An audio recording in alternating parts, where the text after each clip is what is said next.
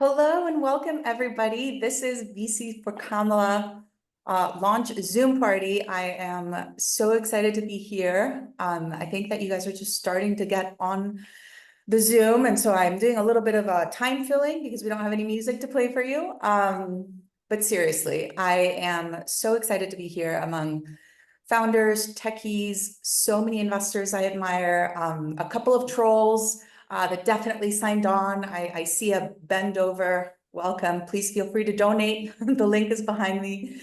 And now, listen, we all know that there's not nearly as many VCs as there are like white dudes for Harris. And so this is going to be a smaller call than that one, even though, there's like a high overlap between those two groups.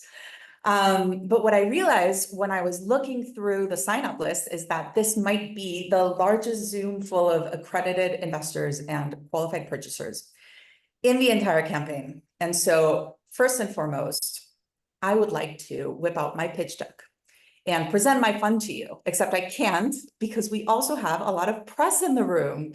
And so I will not be doing that. I'm going to miss a huge opportunity. In all seriousness, listen, this pledge is less than 2 weeks old, and it has already crossed the world over. In my wildest dreams, I had no idea that this would ever get this big.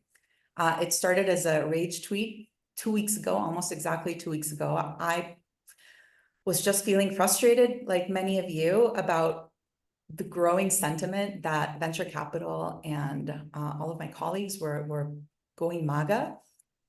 And I just felt like they didn't speak for me.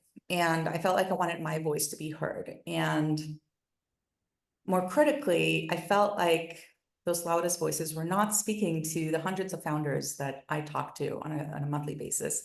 The founders in my portfolio, in my pipeline, in my community. And out of that frustration, I wrote a short pledge. I bought a couple or 10 or so URLs. And I sent it to about a dozen friends. This was a Thursday night. And by Friday morning, two of the biggest names in tech, Mark Cuban and Reid Hoffman, had signed it. And so it was very, very real from the very beginning. And so with the help of a group of volunteers that I would like to recognize, by Tuesday night, we had 100 signatures. That was less than a week ago that we announced on Wednesday. It was exactly a week ago when we announced it on Wednesday. And today we have over 1,300 signatures, about 750 of those from VCs that we could verify. And this is absolutely incredible. And I'm in a little bit of a bubble. I have no idea what this all looks like on the outside, but on the inside, let me tell you that this is all matchsticks and tape. So, while all y'all are reporting that like the big names and big dollars are running this thing, in reality, it's like me and a group of volunteers that joined along the way. And I would like to say thank you to those volunteers. The earliest ones who were sending this pledge to the first people who signed it. And let me tell you, it took a lot of bravery to sign this thing before everybody else did, before it became popular. So thank you to Christy Pitts, Divya Kakad, my partner, Graham Walker, Eric Rees, Erica Lucas, Jonathan Asoff, Kate Brodock, Lakeisha Landrum-Pierre, Marie Rocha, Nassim Sayani, Shyla Nieves Burney, who got Mark Cuban to sign on day one. Shyla's amazing. Sydney Thomas, Tessa Flippin, Tiana Tukes, Tracy Gray, and Wendy Anderson. Thank you so much to all of you. And along the way, a couple of other volunteers that have really gone like full tilt on this thing joined, and I'm very excited to introduce them to you today. The first is Kate Gardner. She is an award-winning communications agent and the founder of Grey Horse, a socially conscious agency that has represented some of the biggest names in business and VC and a lot of household names. And Kate took this on as initially a favor to me when I called her and I told her I had a crisis. And fun fact, she broke her back the day that we spoke. And so she has been doing this and getting this story all around the world with a literal broken back. She is a superhero. And the second is John Corrigan, who I met on Friday. John is a multi-time technology founder, currently the co-founder of Curve AI, a sometimes venture capitalist, a longtime political organizer. We're going to hear from John a little bit later today. Now, listen, as an industry, we're not really known for being activists or organizers or even, not necessarily the best collaborators, but somehow more than 700 of us from firms, big and small, from all across the country, have come together on this sliver of an idea about how important this moment is. We are Democrats, we are Republicans, and we are independents that have signed this pledge. And the messages of support that have been coming in have been completely overwhelming. I don't know how you can not be inspired by what is happening here. And what hundreds of you have been asking me is the most cliched of VC questions, which is, how can I be helpful? And so today we are here to tell you how. The first way is you can make a campaign donation today. There's going to be a link in the chat, and you can see a QR code right next to my face. And second, the second way you can help is by organizing. Later in the call, my colleague John Corrigan is going to teach us how to use our time, resources, and network to get Kamala Harris and Tim Walz elected this November. So with that, I'm excited to introduce our first guest. He doesn't really need an introduction, but I'll do a quick one anyway. Ron Conway is the founder and managing director of SV Angel, a legendary investor who has invested in in the biggest world-changing companies that we all know and love. I could name all of them, but you all know who they are. So Ron, thank you so much for being here with us today. Welcome. It's a pleasure to be here. I cannot thank you, Leslie, and Kate enough for organizing this effort. And logistics are always a killer, and you're doing beautifully. SV Angel has invested in hundreds of seed stage startups. But what a lot of people don't realize is we have always, for our 30-year existence, encouraged our founders to be civically engaged and to be philanthropically engaged as well. So I'm here today in my role of getting the VC community to become civically engaged. Let me assure all of you that Kamala Harris is eminently qualified to be president of this country. I have known her for over 20 years. I knew her as public defender in San Francisco, then as our attorney general in California, then our senator from California, and now the vice president. So, you know, we don't need to do due diligence on this candidate. This candidate is absolutely qualified. And we don't need to bicker among ourselves about who's for and who's against. The only scorecard we should use for the next 90 plus days is beating Donald Trump. And that scorecard is going to be measured on how much money we can raise tonight. And I want to get this kicked off by offering a $50,000 match for the first 50,000 that is donated on this Zoom. And I'm hoping we can raise a lot more than that, but I'm going to match the first 50,000. And the link for that and the QR code, Leslie already talked about. I wanted to put up a chart that Mike is going to put up for me now. And in addition to donating tonight, I just want to let you know there are other areas that you can be involved there, and pick an area that's of interest to you. And here are the segments that you can get involved in. This will be in a link to this will be in the chat as well. So I encourage you to, if you're old fashioned, do what I do and print it out. But if you're interested in voter registration, here's the causes that you can get involved with. If you're interested in persuasion, there's causes that are listed here as well. Mike, if you can scroll down a little bit, we'll go to the next section.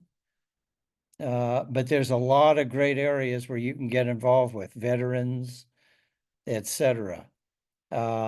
Future Forward, which is coming up to the top of the screen now. Future Forward is the official Kamala Harris PAC. If you're interested in mobilization, here's another 4 or 5 causes you can get involved with. By the way, Emerson Collective, founded by Lorraine Powell Jobs, helped with this document. Election protection is another area you can get involved with. So I encourage you to look at this link after the call. But tonight, let's focus on getting donations, and then other causes you can donate to or do volunteer work for are listed here. I can't thank everyone here enough, and I'll turn it back over to Leslie.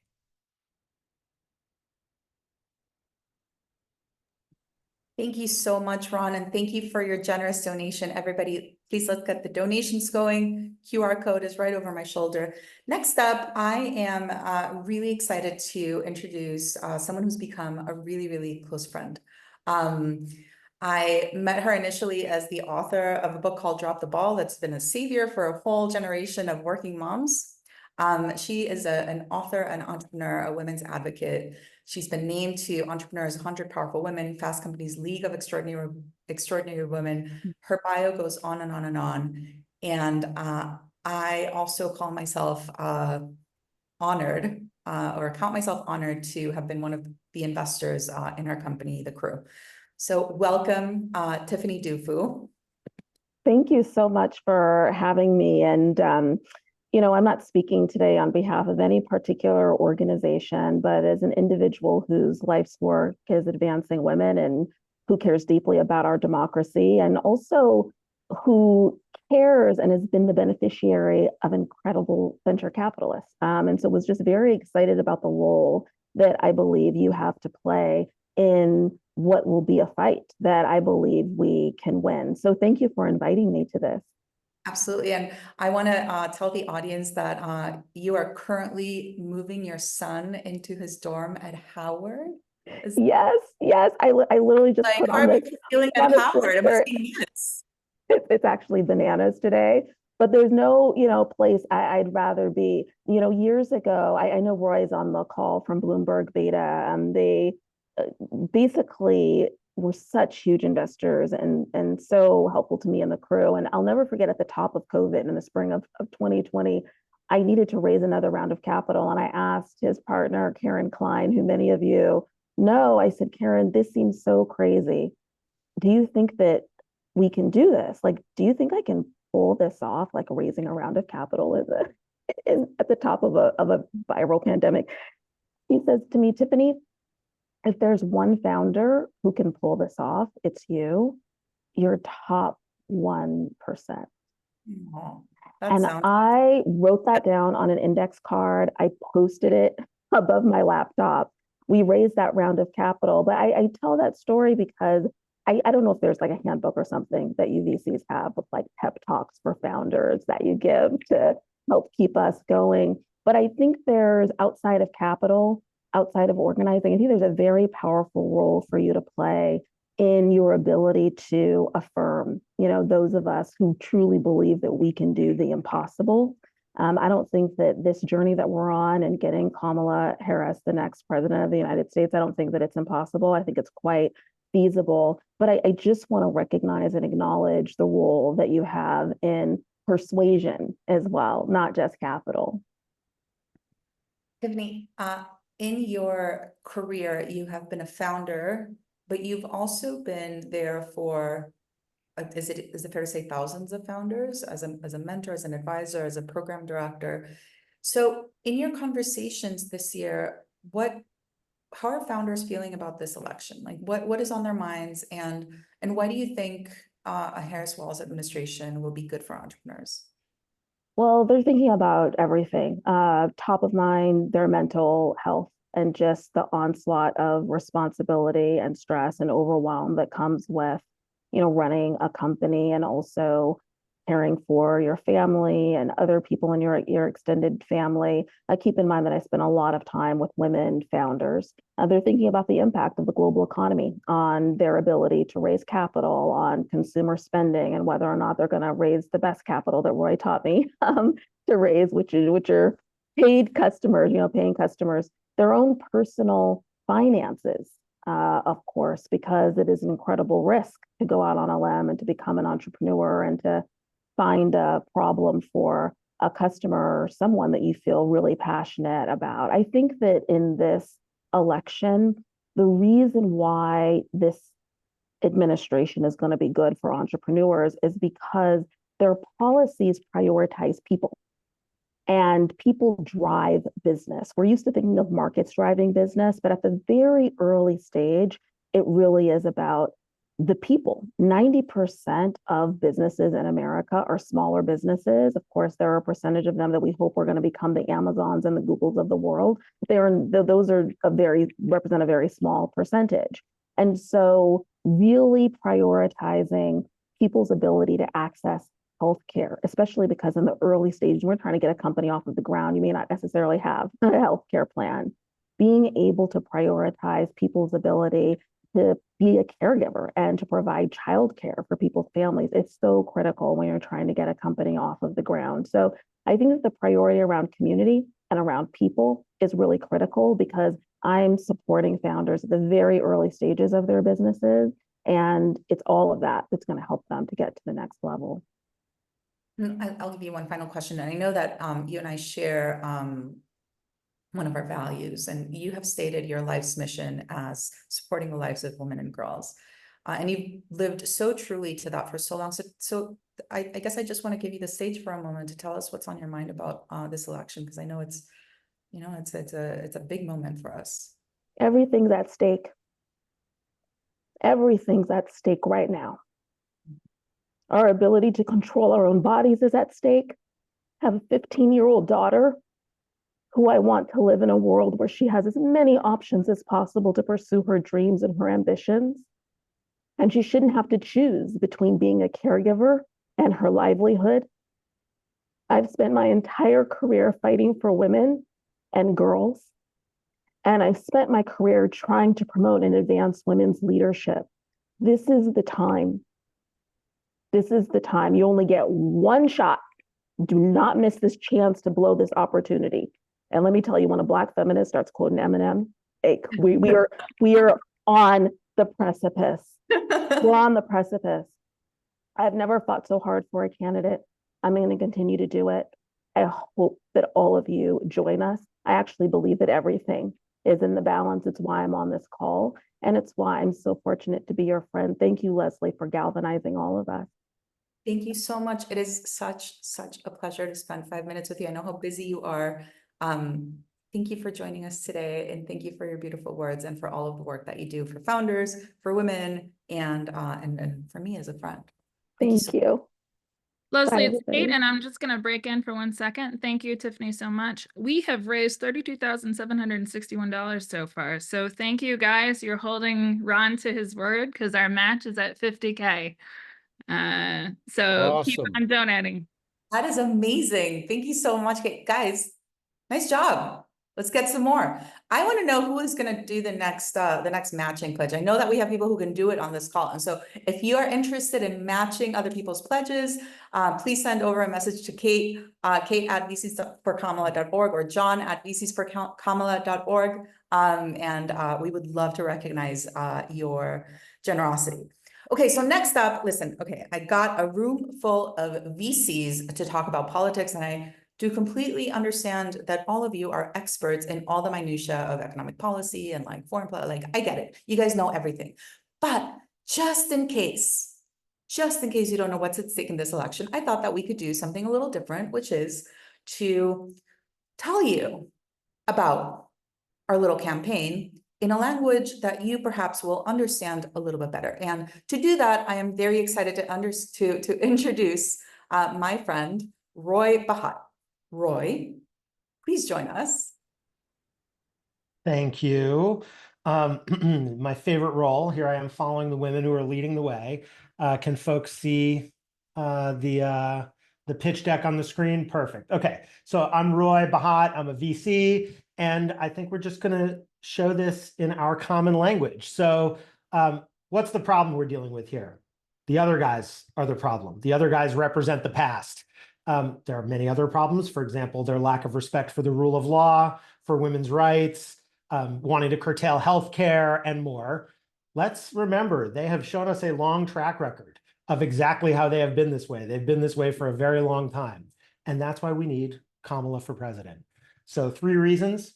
She's normal. She's a person who makes decisions like we do. She's going to make the country stable, and the conditions that she'll create in this country will help startups to thrive. So we remember what's at stake. There's a very large market here. This is just the GDP, let alone the asset value of the United States, much bigger than this. The go-to-market for this group has been really effective. Leslie led it with that rage tweet. Then started talking to journalists. You can see her figuring out what an embargo is live. Oh, wait, that's you. Wait a minute. If I tell you about this, will you promise not to talk about it? And then bam, here we are. It has gone viral. All of us are here. The traction is off the charts. There's even more traction for this candidate. Stock market hit an all-time high during the last 4 years. Unemployment dropped below 4%. The number of manufacturing jobs at the highest level since 2008. And Kamala herself cast the tie-breaking vote on one issue after another, including if it's time to building large-scale factories for semiconductors, electric vehicles, batteries, all this stuff that decarbonizes the economy.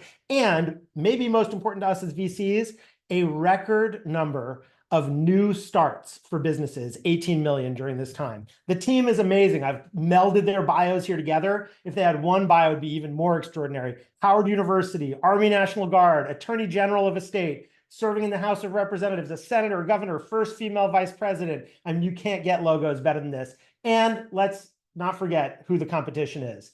They are the past and quite unstable. We are the future and very stable. Total unicorn. Also, by the way, yes, it's true. The competition is funded by Andreessen Horowitz and some other funds, but we all know more capital isn't necessarily the thing that makes the difference. It's that plus a plan for execution. So we've got that plan, Kamala.ai, lots of ways that she can use AI to make a better presidency. And with only 89 days left, this is the amount of cash on hand, increasing by the minute here on this call. So don't forget, tinyurl.com/VCs for Kamala. The co-investors, that's all of us.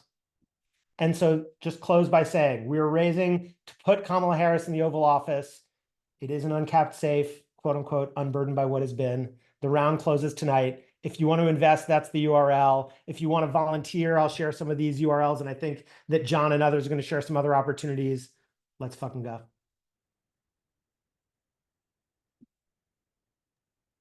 That's all I have to say. Boy, you are like the best sport. I cannot believe that you just got up and did that in front of like hundreds of VCs and all of the press in the world. I feel a little bad for the folks that have to like follow this. That was pretty hilarious. Thank you so much.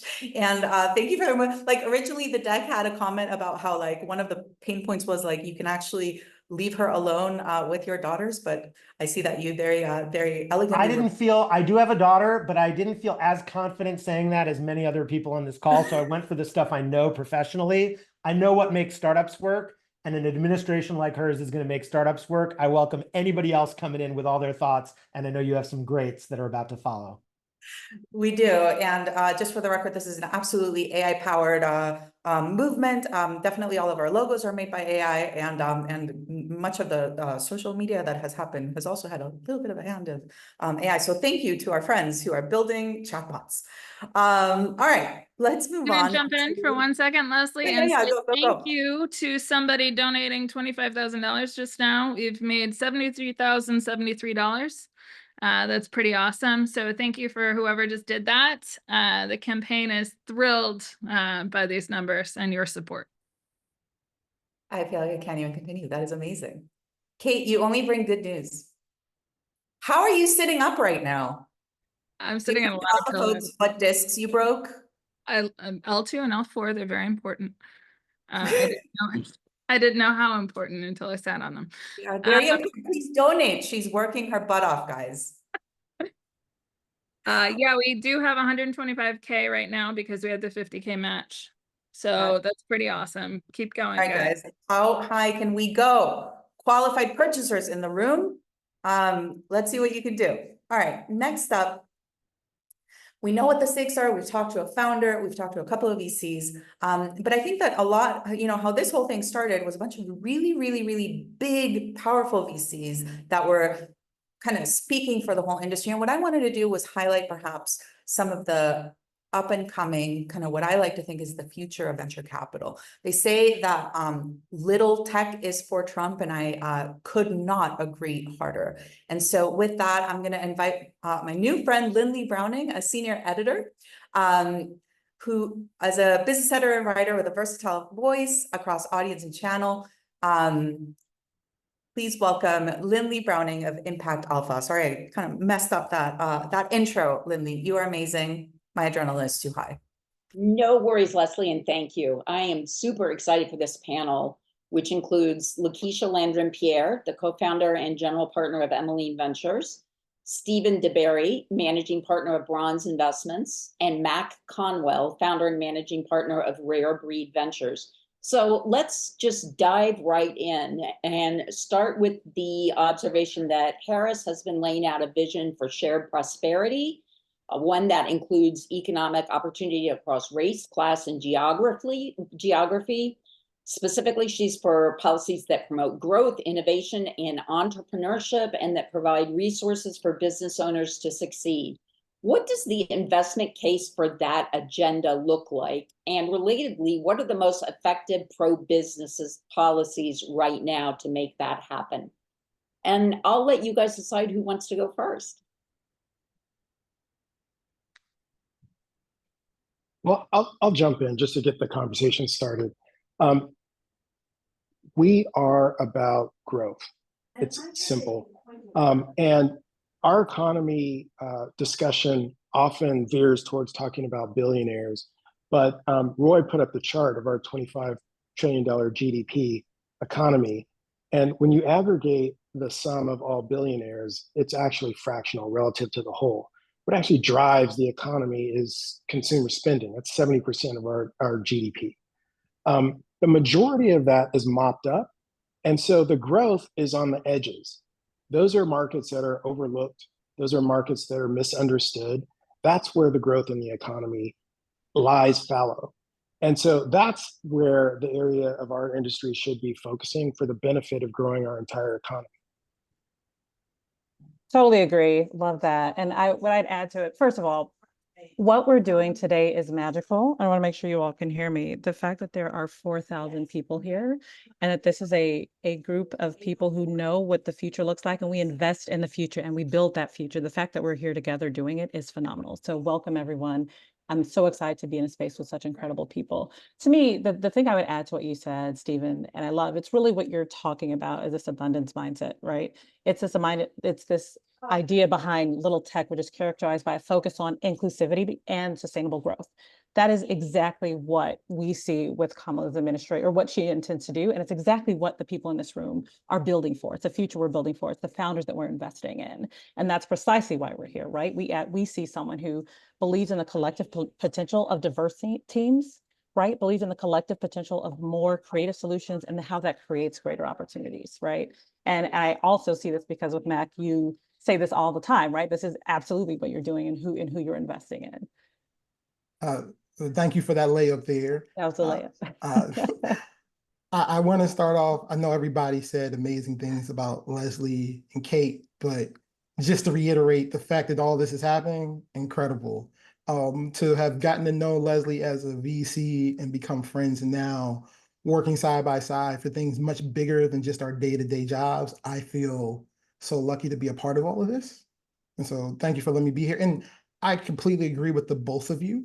When we look at Vice President Harris and the Vice President nominee, Mr. Waltz, we see them talk a lot about bringing the U.S. together, bringing our country together, looking at all communities, not just certain communities, right?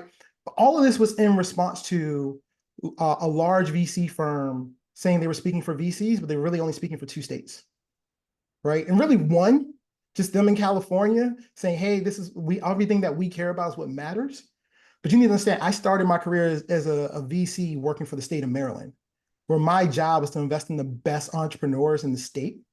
And it looked very different than what they were doing in Silicon Valley, and how hard it was to try and get those folks to come to Baltimore, where I'm based at, to look at the companies we're working with, because the companies weren't close enough to them, or didn't look like them, or didn't sound like them.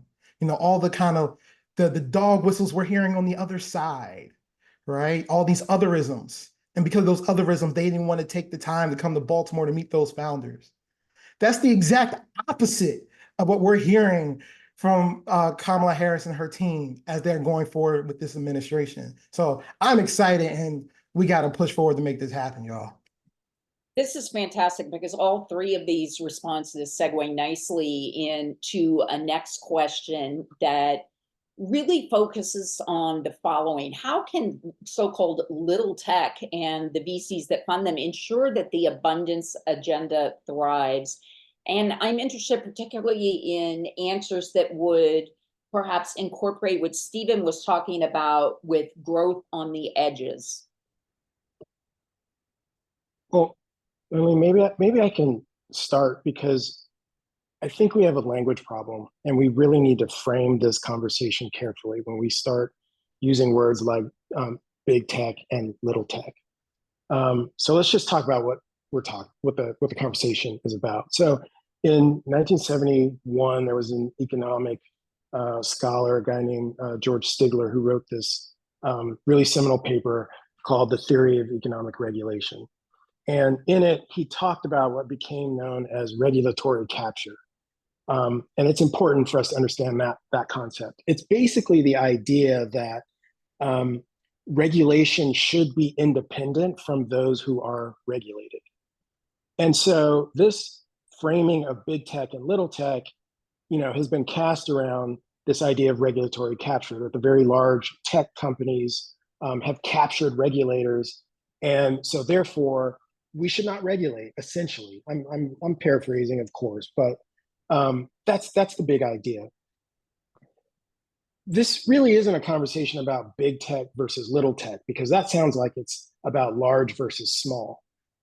What this really is a conversation about take all tech versus tech that serves the entire population. And the firm that put this framework out there would have us believe that folks who are backing Kamala Harris are anti-capitalist.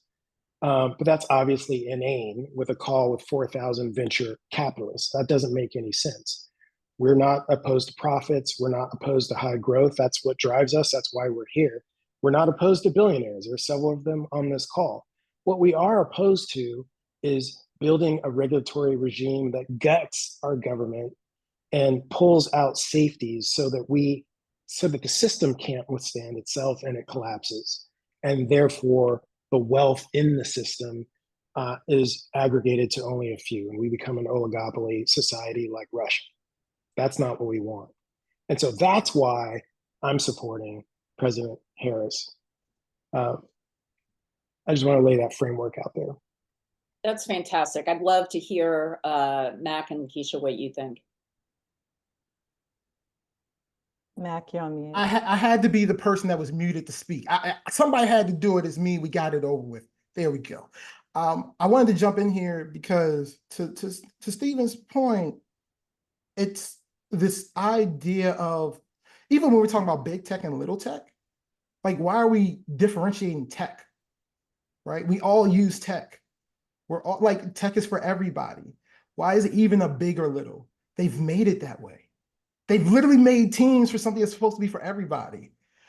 Like, when you stop and think about how ridiculous is that? We're all supposed to be working together, and they're literally trying to say, we don't want to work with y'all. We want to work over here. And we don't want any rules. We want growth for growth's sake with no guardrails, regulations be damned. And as a VC, yes, regulations suck, right? They get in the way. They make things harder, but they also make sure that this system doesn't collapse. Because we see when you just give power to people and let them run rapid, what happens? That's what happened in a previous administration. And you got VCs who are sprouting the same nonsense, saying we want all the power and we don't want to take accountability for if anything goes wrong. Yes, I would love to see Web3 regulations open up, but we got to protect people, right? Like the idea of being cautious at times is not a bad thing and it's not anti-growth, right? Because growth for growth's sake, without any guardrails, you will go off a cliff and we will be in a far worse place than where we are now. It's okay when you're making a lot of money and say, I want to keep making money. Great. But you gotta have rules and guardrails in place because we are a nation of law. We follow a rule of law. And for another party that claims to be the party of law, they seem to be running with lawlessness. And they seem to be trying to change all the rules so that they can break all the laws. And I'm just saying, I see what Kamala's trying to do, and I'm riding for it. I'm ready to vote for you, Mac. Yeah, same here. No, I love all of that. I just want to like kind of sit with what you both said. I think it's critical. I think it's so important. But this point around growth for growth's sake without any guardrails, I think we even as VCs get that and get how critically important it is. I mean, you can grow and grow and grow and break if you do not have guardrails. I built and grew and scaled one of the largest international media companies focused on Africa. And the reason it's still here is because we grew to stay. We didn't grow so fast that we broke. And I think that thinking around, growing without guardrails, no, and so that just really resonated. The thing though that I wanted to add is that, the entire job of us as venture capitalists, right, is to see an opportunity, see an economic unlock that everyone else is not paying attention to, right? We are meant to look for the opportunities, look for what is being overlooked. And what really resonates for me about the future that Kamala would help us unlock, we can actually invest in the future that we know is possible, right? We can invest in the future that we know that we know is possible with a culture that celebrates that. It should not be odd. It should not be groundbreaking to say that we're investing in female founders. We know that more founders today are female founders, and yet they're still not receiving as much capital as they should be receiving, right? So we are looking to unlock the world that should already exist, and that's what venture does, and that's why it makes so much sense that we're all here on this call, and it makes so much sense that we get it. Because we know that in order to get the future that we want to see and to see the economic unlock that we are all after, we have to get involved because the alternative prevents that, truly. Like the alternative prevents what we are all after. Leslie, I hope we have time for one more quick question, which follows from Lakeisha's comments right now. Men have outnumbered women as startup founders by a ratio of nearly 6-to-1 in general. And last year, that disparity got even worse. Just 13.2% of founders last year were women, according to Carta. That's down from 15.1% in 2022. And it's the lowest annual figure on Carta in, at least 6 years. Why is the number of women founders declining, and how can that decline be reversed? Lakeisha? Without oversimplifying, voting for Vice President Harris, without an oversimplification, that's one of the solutions. Quite frankly, it will continue to go in the opposite direction if we do not make sure that she's elected, right? But more specifically, I think there's a slice there, which is Carta's data point is focusing on venture-backed businesses. Right. So venture-backed businesses, not just women entrepreneurs who are building and can't raise venture capital. So they're just building non-venture scalable businesses. So that data point is actually focusing on female founders who are building venture-backed businesses. And by the way, giving a huge shout out to my co-founder, Naseem Sayani, who we were working on these questions together. But I think something that's really, really important to highlight is when you are in a capital constrained environment, right? So everyone here in this Zoom knows that it's been tough to raise if you're a fund manager. It's been tougher to raise if you're a founder, right? And you know that if you're a founder and it's tougher to raise capital, the underrepresented founders usually are the first on the chopping block, right? And so we're already looking to get more capital in the hands of women. But in a market like today, they tend to be the ones who are amongst the first not to get capital, right? So when they're going out to raise their seed extensions or they're going out to raise their seed or Series A's, they're having a tougher time raising because the number of fund managers that are able to write checks into their startups is smaller, right? And the amount of capital that's able to go to them is smaller. So, however, these women continue to bootstrap, right? They still continue to seek non-dilutive capital, right? They continue to hustle.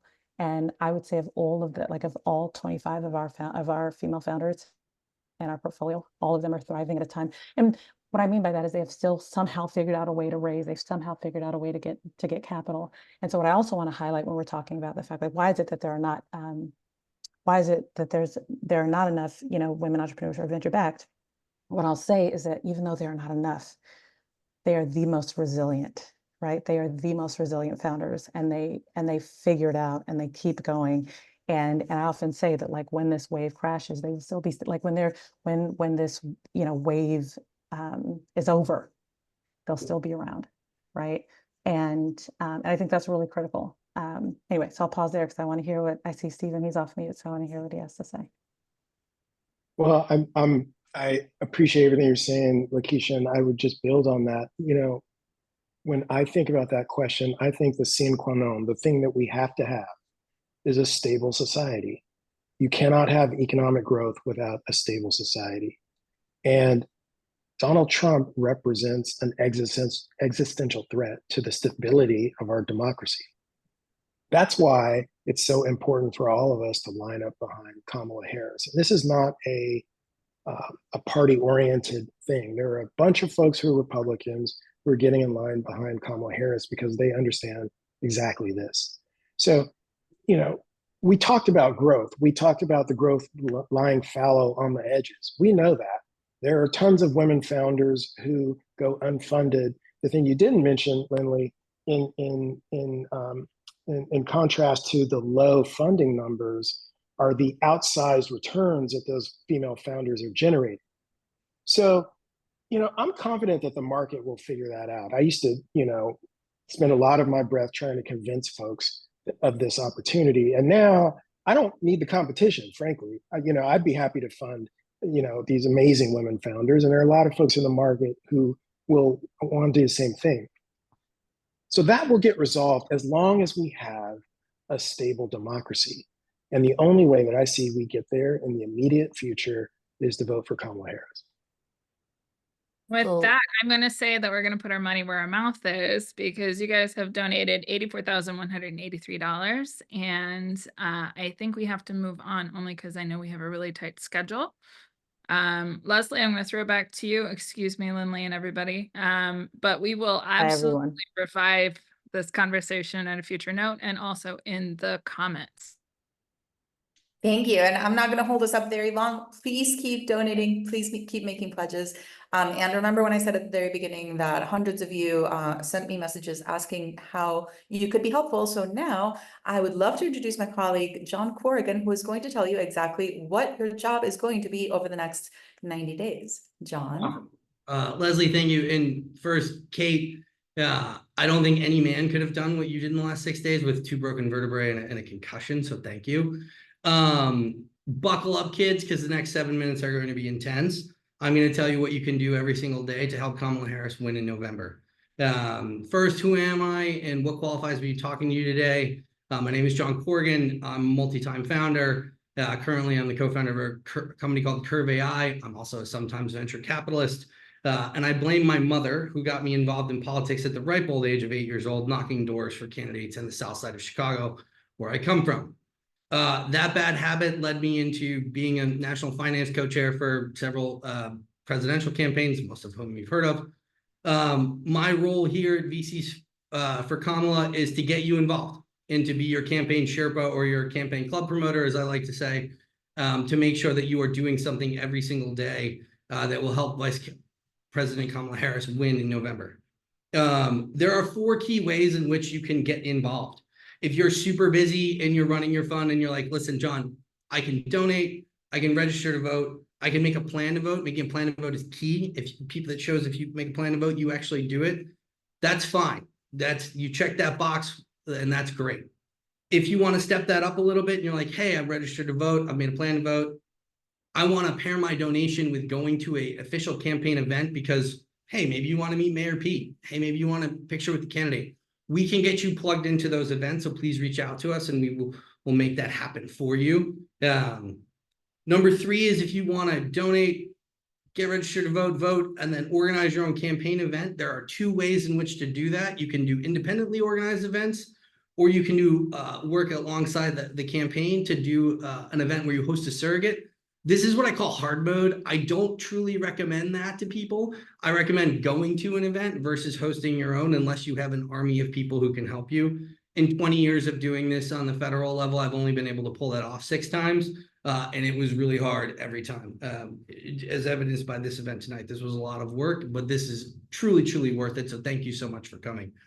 Now, I think why you're all here is the 4th option, which is, hey, how do I get involved every single day? I want to organize. I want to fundraise. I really want to do something every day. So the first order of business is you want to find an accountability buddy, because organizing is like Burning Man meets group fitness. It's always better with battle buddies and accountability buddies. My friends out in North Carolina, I see you, by the way, and I will be definitely reaching out to get you involved on a daily basis, but I digress. So step 1 is find an accountability buddy. Step 2 is you commit to each other that you're going to make 5 phone calls a day to get people registered to vote and to get them donating, or like you, organizing. So do this in pairs of 2s or pairs of 4s. 2s are great, 4s are better. Make that accountability commitment to each other and check in with each other every single day. All of you who are VCs have portfolio companies. Your portfolio CEOs may like and may probably listen to you, so call them first. Make sure they're talking to their employees, getting them to register to vote, getting them to donate, getting them involved. The key piece is register to vote, making plans to vote, and donating. So let's say you've got your accountability buddy and you've made your plan to vote, and you're like, all right, John, what do I do next? Make a list. So we've got our company CEOs. Start calling people in battleground states: Wisconsin, Michigan, Nevada, North Carolina, Georgia, Arizona. These are the states that matter. I don't care if you haven't talked to your cousin who you haven't seen since the family reunion of 2003, call them. Make sure that they are registered to vote. This stuff matters.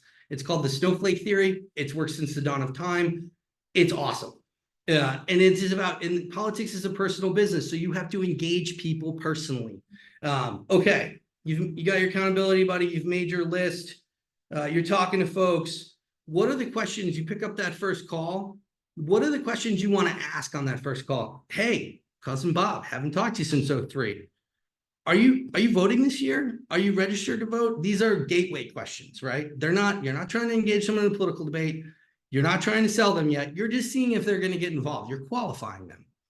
So if they are getting involved, then they're like inevitably going to ask you, why, John, are you voting for Kamala Harris? You want to have 2 answers prepared. One is why personally you are voting for Kamala Harris, right? You want to make that personal, but you don't want to sledgehammer someone too hard, so they can respond and say, oh my God, I can relate to you about that. I feel the same way as you. Can you believe he said that, right? So that's your positive statement. You can use campaign talking points. I always write my own because they feel more authentic and they're very centric to me. And then the other is, as a VC, like, we invest in the leaders of tomorrow. Donald Trump is no leader of tomorrow. He is no manager. He is not someone who is a credible person who can lead the free world. I've seen that up close and personal. Okay, now you've had that conversation. You're not trying to get in political debates with people, and you're not trying to sell them. They are either going to come to our side or they are not, and that's okay. You want to get through as many people as you possibly can, right? You're not going to win everybody, and that's okay. Thanksgiving might be awkward if cousin Bob's really a Trump supporter, but you'll get over it. Okay. So now you're like, John, I'm all in on that. What do? 1, find your accountability buddy.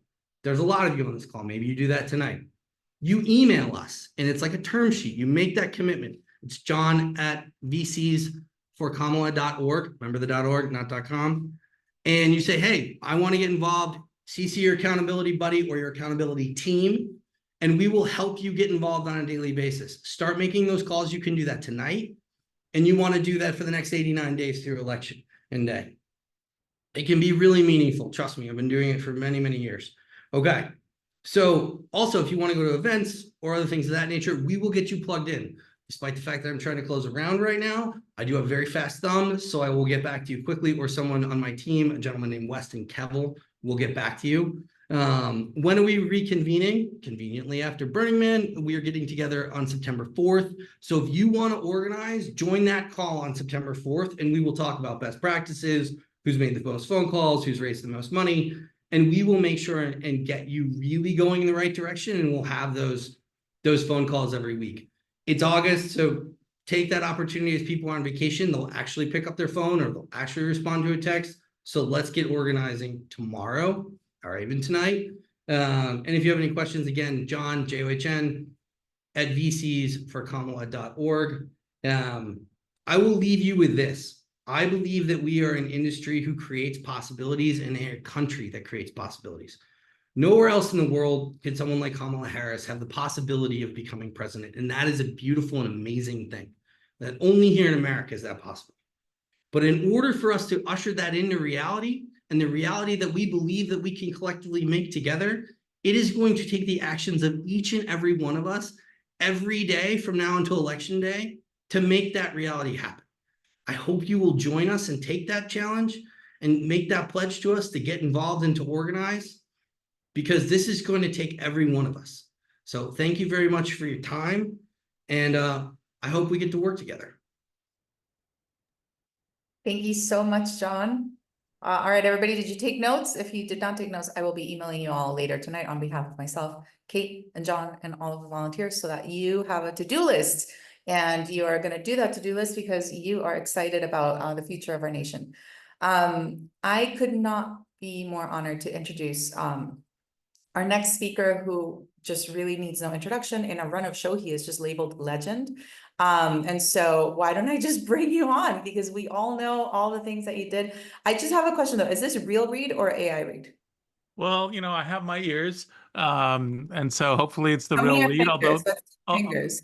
Although Read AI might be more interesting than me. We'll see. Thank you so much for being here, Reed. My pleasure. And look, you guys are doing a great job.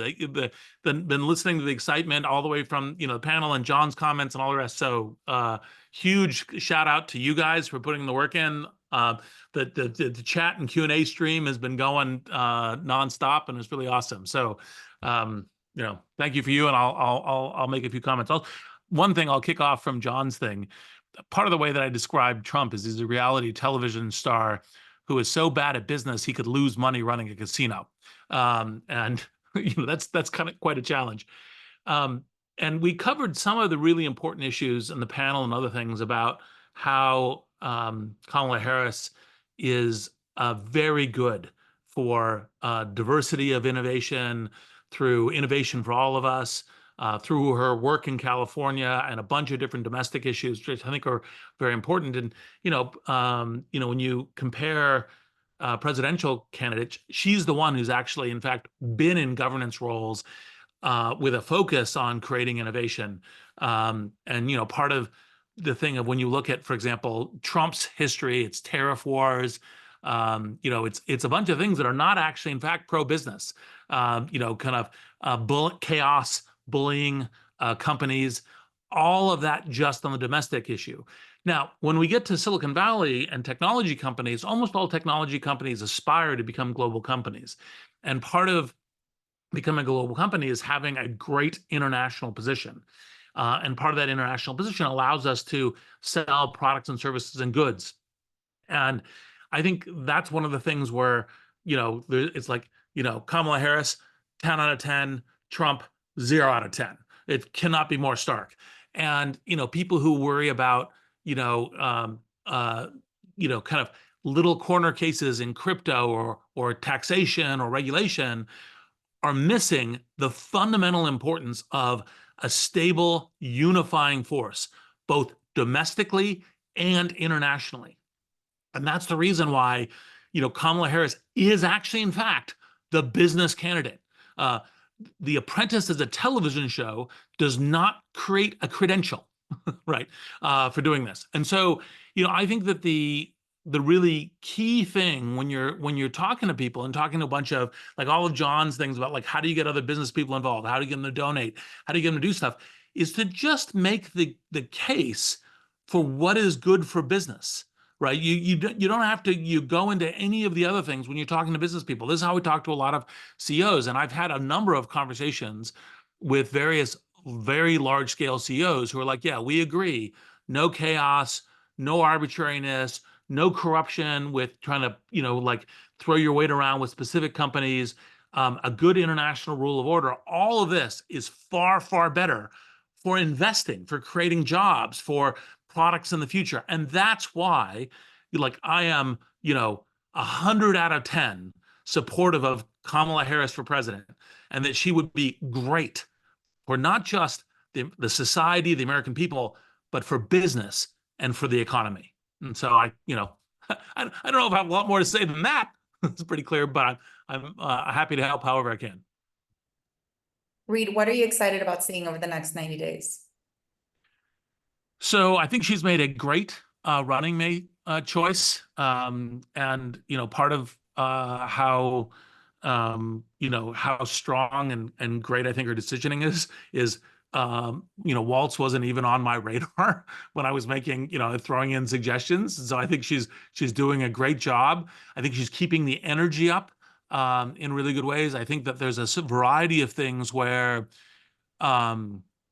where I think we will see a lot of attempts from the Republicans to portray her as a kind of a way lefty. And I think what she is a great centrist, right? In that kind of classic, I care about a greater society that includes everybody, and I care about business, and I care about everyday, kind of American concerns. And if people want to get what I think is kind of to some degree the best angle into to Kamala as a person is to go look at the Hot Ones episode, right? That kind of stuff, like those kinds of things, I think are the things to look at, the cooking shows and so forth. Well, I think that there's so many of us that have been really, really grateful for your leadership and your voice in this entire year of campaigning. It's been heartening to have a counterbalance to a narrative that just feels like doesn't represent certainly not the people that I talk to. Yeah. And looking at some of the comments, Kamala Harris is definitely the blue lightsaber in this in this election. Yes, that's right. Speaking of a centrist candidate, one of the things that has gotten lost in this entire story is I'm actually a naturalized citizen myself, and this will be the second election that I ever vote in. I'm not a registered Democrat or Republican, and my personal politics don't actually match to American politics in any clean way. And what I'm looking for is just what is the vision of the future that I want to see. And, I have been a VC for a very, very short period of time compared to you. But one of the things that I have learned is that, when we look at an investment and we're diligencing them, one of the things that we ask ourselves is, what does the world look like if this company is massively successful? And I guess I would just encourage everybody to ask them. So like, no matter where you sit on the political spectrum, ask yourself, like, what does the world look like if these candidates are massively successful? And I think that there's one vision of that is exciting. And then there's one vision of that is actually quite terrifying. 1000%. Reed, thank you so much for being here today. It's just been an honor to meet you. Thank you so much. Thank you, Ron. Thank you, everybody here. I'm going to hand it over to Kate to say a few words and close us out. I have so much like adrenaline pumping through my body that I know that I have forgotten to thank people. I think they're not here, but my husband and children deserve that they have been so neglected over the past week. Like tomorrow, I'm going to spend some quality time with them. And Kate, Kate's going to take us out. Kate is going to take her horse to the horse trainer tomorrow to see what happened. It's a really exciting time for all of us. I am getting a word from the campaign that we raised a total of $90,228 from 96 donors. In addition to our match from Ron Conway, which means we are at about, what is that, $115,000 during the course of this short but sweet campaign. I am positive that you guys are still donating and that you will donate at future events. We have a whole bunch of folks who want to meet up in real life. That will happen. We have a whole bunch of folks that want more stuff to do. That will happen. Thank you so much to everybody who came. John, you had one sentence you wanted to say. Yeah, if you want stuff to do in real life, we will find it for you. Trust me. And someone asked about get out the vote. Like, I think going to knock doors is like taking your life in your own hands. It's really fun. We will be doing GOTV in battleground states in late October and early November. If you want to go do that with me and others, we will get you dialed in. Thank you so much. Absolutely. We'll be sorry, doing a lot of that in Wisconsin. Roy and I are both here in Wisconsin, and we'll be here through the election, which is quite an adventure. But again, if you haven't emailed me, if you haven't been in touch with us, it's speciesforkamala.org, and you can find all of us there. If you are a reporter who really, really wants this video, it is coming as fast as it can. It will come from Weston on our team, and Weston and John are working on that email and that upload as soon as they can. If you have any other questions, need any statistics, want to know something about this, let us know. And it was so nice to see you all. We'll see you again soon.